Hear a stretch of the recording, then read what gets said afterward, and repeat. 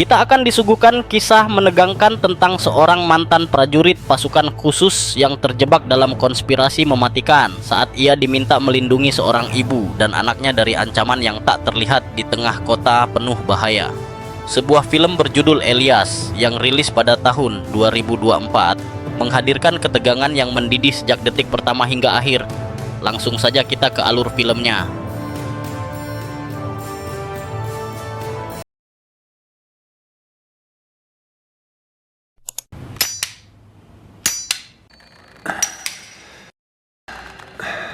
Berlatar di Prancis, kisah ini mengikuti seorang mantan tentara komando bernama Elias yang kini tinggal di rumah perawatan khusus bagi para veteran perang, di mana setiap kali hendak keluar, Elias selalu menempelkan selotip di bagian atas pintu kamarnya sebagai penanda jika ada orang yang masuk saat ia tak berada di sana.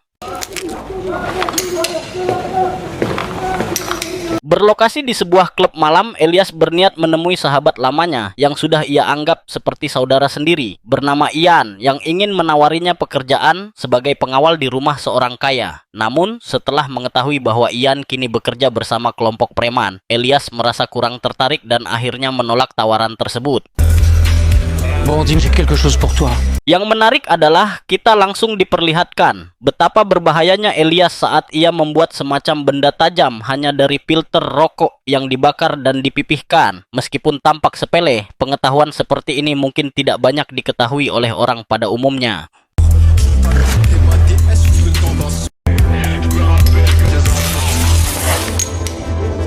Setibanya di rumah perawatan, Elias mendapati selotip yang ia tempelkan di pintu sudah terbuka, yang berarti seseorang telah masuk ke kamarnya, membuatnya langsung mengeluarkan pisau lipat miliknya, dan ternyata itu hanyalah pengawas tempat tersebut yang hendak memeriksa kondisi terbaru Elias, yang dari beberapa hal yang ia temukan, menyimpulkan bahwa Elias masih mengalami trauma pasca perang, seolah-olah masih berada di medan tempur dengan kewaspadaan yang berlebihan. Hingga akhirnya Elias yang tak terima dianggap berhalusinasi memutuskan untuk segera pergi dari tempat itu. Elias! Tak pergi kemana-mana lagi, Elias langsung menemui Ian di tempat usahanya, yaitu penyewaan jasa terjun payung. Dan setelah dipikir-pikir kembali, Elias pun memutuskan untuk menerima tawaran pekerjaan yang semalam sempat ia tolak. Et tout ce qu'il te faut dedans, tu mérites vraiment ce nouveau départ. Dan inilah rumah orang kaya yang akan menjadi tempat kerja baru bagi Elias, di mana sang pemilik bernama Lukman, salah satu orang kaya asal Dubai. Lalu ada Aminah yang merupakan adik perempuannya, serta Nur yang tak lain adalah putri semata wayang Aminah, yang berarti merupakan keponakan dari Lukman. Tugas Elias di tempat ini adalah menjadi pengawal yang akan melindungi Aminah dan Nur dari segala macam bahaya. Karena pada dasarnya, mereka berdua adalah keturunan ningrat dan sudah pasti banyak pihak yang akan mencoba memanfaatkan hal tersebut demi keuntungan pribadi.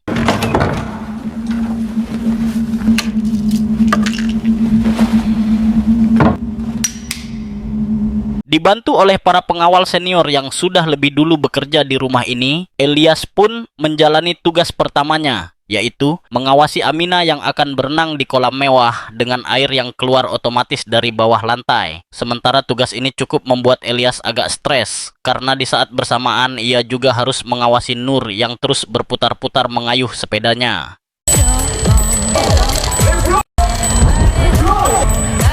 Selesai Aminah berenang, Elias pun ditugaskan untuk mengambil paket yang datang dari pintu samping, di mana Nur yang bandel tiba-tiba keluar mengayuh sepedanya, tepat saat ada dua orang mencurigakan yang sedang melintas dengan mengendarai motor.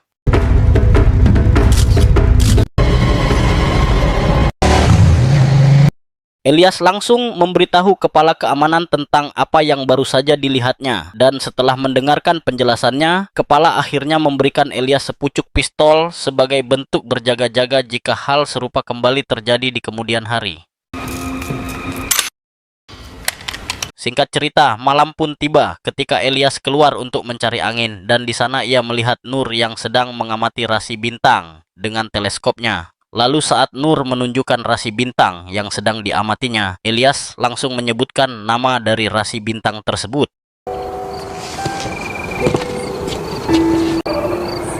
Saat Nur bertanya bagaimana Elias bisa mengetahuinya, Elias pun menjawab bahwa dulu ia adalah seorang tentara khusus penerjun payung dan astronomi termasuk mengenal rasi-rasi bintang merupakan pelajaran dasar yang harus ia kuasai. Keesokan paginya, Elias harus menyaksikan pertengkaran antara Aminah dan Lukman mengenai peraturan Lukman yang melarang Aminah dan Nur keluar rumah selama beberapa bulan. Mereka tinggal di Perancis karena Lukman tidak pernah memberikan izin bagi keduanya untuk menginjakkan kaki di dunia luar dengan alasan demi keamanan. وش راح تسوي المرة الجاية؟ أمي معها حاج اطلعي لغرفتك يلا.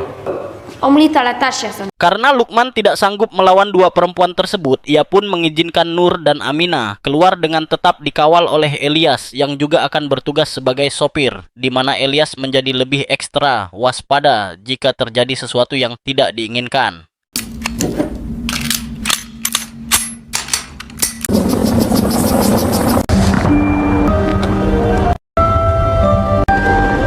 Setelah selesai belanja dan hendak pulang, beberapa remaja iseng menggedor-gedor kaca mobil, membuat Elias terpaksa mengeluarkan pistolnya. Dan tak lama kemudian muncul dua pengendara motor yang kemarin dengan tato berlian yang sama persis, sehingga Elias segera memacu mobilnya untuk menghindari keduanya.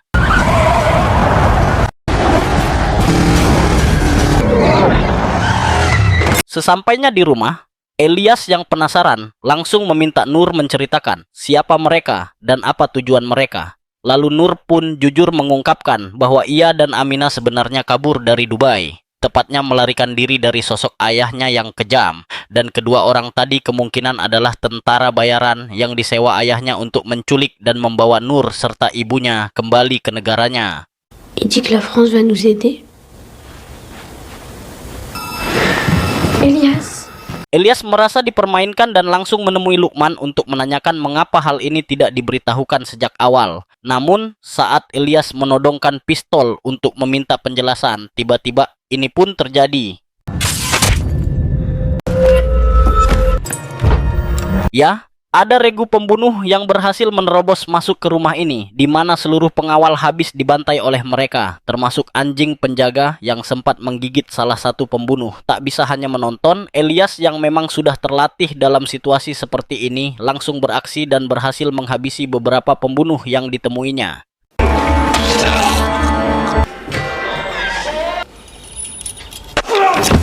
Elias akhirnya menemukan Aminah yang bersembunyi di dalam rak lemari.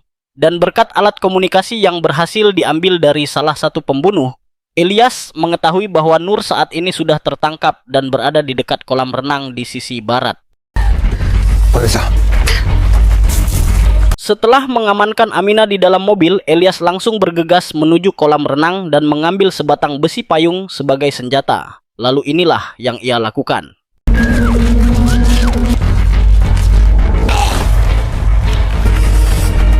Akhirnya, Elias berhasil membawa Nur dan Aminah keluar dengan selamat. Namun saat berhenti di lampu merah, kelompok pembunuh berhasil menyusul. Sehingga Elias tak punya pilihan selain memancing mereka ke dalam jalan komplek perumahan. Dan berhasil menjatuhkan mereka dengan tepat.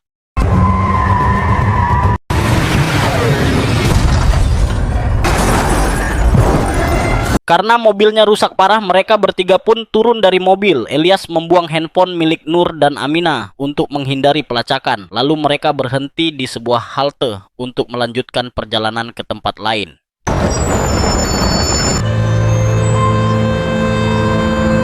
Untuk pertama kalinya dalam hidup mereka, Aminah dan Nur harus menggelandang dengan berjalan kaki cukup jauh menuju kawasan kumuh yang menjadi tempat tinggal saudara tiri Elias. Awalnya, Elias sempat ditolak karena masalah lama, namun akhirnya dia diizinkan masuk dan tinggal sementara di sana.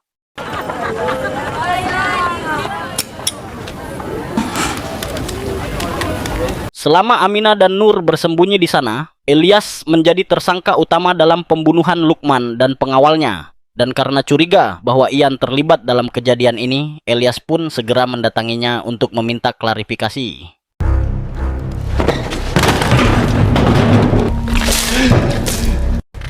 Ian mengaku tidak mengetahui apapun tentang kejadian ini. Justru mempertanyakan apa motivasi Elias menghabisi Lukman dan seluruh pengawalnya. Demi membuktikan dirinya tidak bersalah, Elias pun langsung membawa Ian pergi ke rumah Lukman.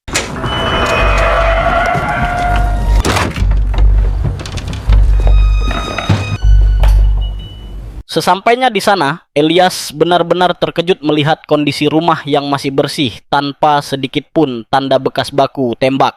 Lebih dari itu, Elias dan kita semua sebagai penonton akan dibuat sangat terkejut ketika menyadari bahwa pelaku utamanya tak lain adalah Elias sendiri.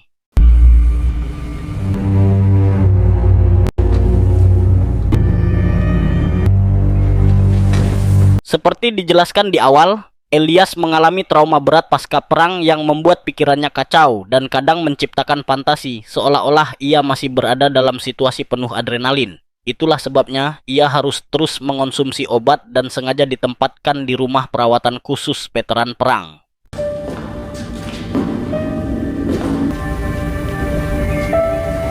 Saat Elias tengah merenungi perbuatan yang sama sekali tak ia ingat, Ian kembali memeriksa rekaman CCTV dan menemukan sesuatu yang mengejutkan. Ternyata rekaman video tersebut telah direkayasa menggunakan teknologi deepfake alias AI, sehingga penjelasan sebelumnya pun terbantahkan.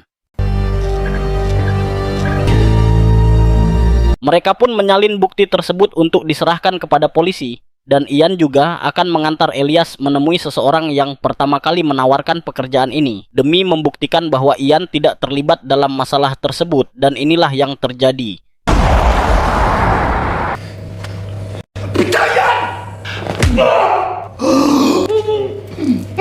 Inilah Durante, orang yang pertama kali menawarkan pekerjaan kepada Ian sekaligus pelaku di balik rekayasa rekaman video menggunakan teknologi deepfake. Setelah disiksa dengan cara sangat ekstrem, Durante akhirnya mengaku bahwa ayah Nur adalah salah satu orang paling berpengaruh di Dubai. Dan kelompok pembunuh yang menyerang rumah Lukman beberapa waktu lalu adalah unit komando khusus yang sangat terlatih.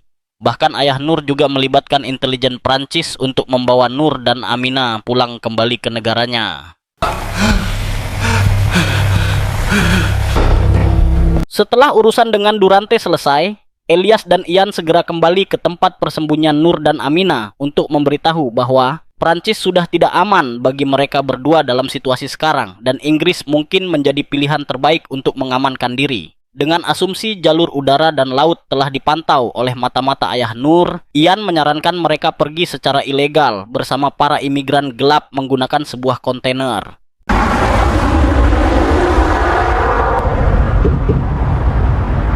Saat dalam perjalanan menuju lokasi kontainer, Elias dan teman-temannya singgah sejenak untuk makan. Dan dengan insting tajamnya, Elias segera menyadari kehadiran salah satu anggota kelompok pembunuh dari kejadian sebelumnya. Lalu ia pun memutuskan untuk mengikutinya.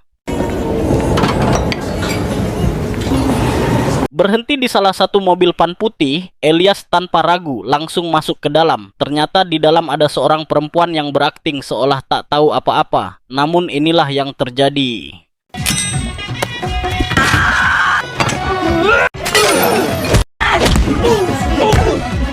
Dengan brutal, Elias berhasil menghabisi mereka semua dalam waktu kurang dari 1 menit. Kita yang menonton mungkin sempat suuzon, bertanya-tanya apakah Elias salah orang. Namun terlihat jelas bekas gigitan anjing di lengan salah satu dari mereka, membuktikan bahwa mereka memang kelompok pembunuh yang dikirim ke rumah Lukman tempo hari. Sesampainya di tempat tujuan, Nur dan Amina akan berada dalam satu kontainer bersama para imigran gelap lainnya. Karena Nur mengaku sangat takut dan ini adalah pertama kalinya ia menghadapi situasi seperti ini. Elias pun akhirnya memutuskan untuk ikut dan menemani mereka hingga sampai di pelabuhan.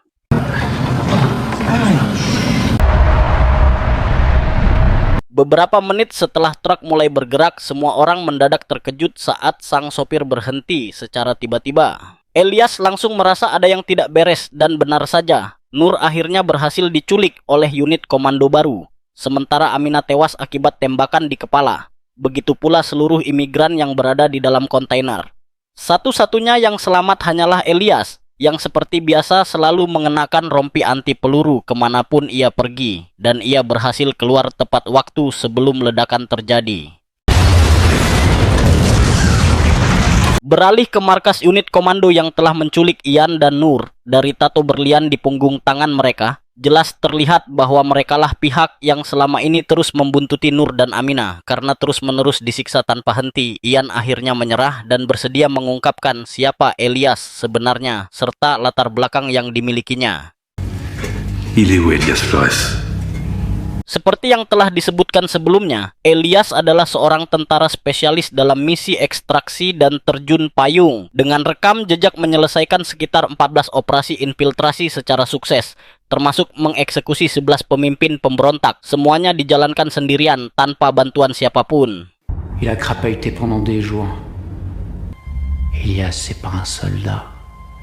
C'est un guerrier. Mengetahui fakta tersebut, ketiga tentara bayaran itu langsung mengeksekusi Ian dan segera menghubungi rekan-rekannya di Dubai agar bersiap karena besar kemungkinan Elias akan datang ke sana untuk menyelamatkan Nur. Dites-leur en anglais ou en arabe. Il est extrêmement dangereux.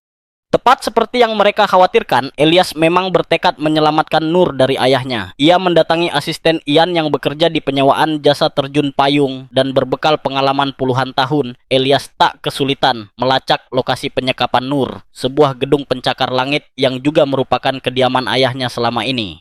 Setelah semua persiapan matang, mereka pun langsung berangkat malam itu juga. Aéroport privé, t'as 15 minutes à vol d'oiseau de ton point. Après, je serai obligé de décoller. Beberapa jam kemudian, sampailah Elias di atas langit kota Dubai saat sang pilot mulai menghitung mundur sebagai isyarat bagi Elias untuk terjun. Dan inilah momen yang akhirnya terjadi.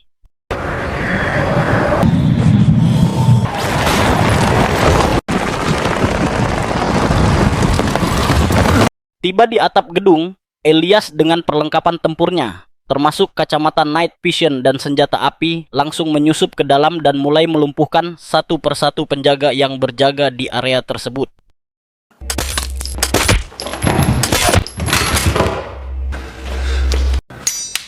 Akhirnya, Elias berhasil menyelamatkan Nur dengan cukup mudah tanpa menghadapi kesulitan berarti. Namun saat mereka hendak pergi, sistem keamanan gedung tiba-tiba aktif dan seluruh penjaga dikerahkan untuk mengejar mereka.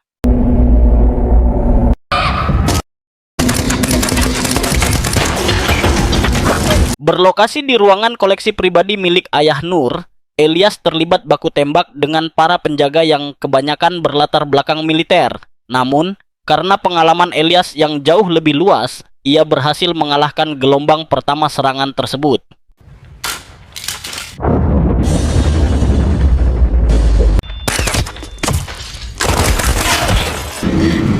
Saat gelombang kedua datang, Elias memanfaatkan kamera CCTV untuk memantau posisi musuh dan berhasil menghabisi ketiganya dari balik pintu. Setelah itu, Elias menyuruh Nur berlindung di dalam lift, sementara dirinya bersiap menghadapi gelombang kedua di dekat selang pemadam kebakaran.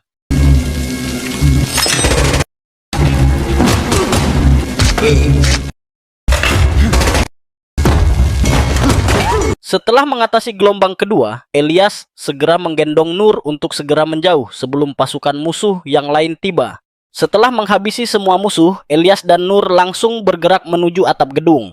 Saat Elias hendak masuk ke kamar ayah Nur untuk menghabisinya, Nur menghentikannya, meyakinkan bahwa hal itu tidak perlu dilakukan.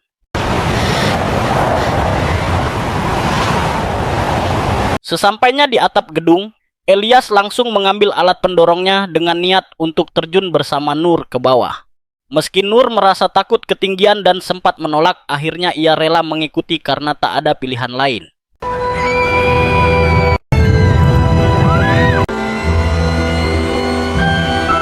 Setelah semuanya selesai, Elias membawa Nur ke sebuah pondok pesantren di wilayah itu. Selain aman dari ancaman ayahnya, Nur juga bisa mendapatkan pendidikan agama yang baik. Meskipun Elias bukan sosok yang sempurna dan telah melakukan banyak tindakan pembunuhan yang mengerikan, setidaknya ia bisa menjadi perantara bagi Nur untuk menjalani kehidupan yang lebih baik. Elias masih punya pekerjaan rumah, yaitu mengatasi 3 anggota kelompok berlambang tato berlian yang menjadi dalang di balik kematian Ian. Tanpa basa-basi, Elias langsung menyingkirkan ketiganya dari jarak jauh.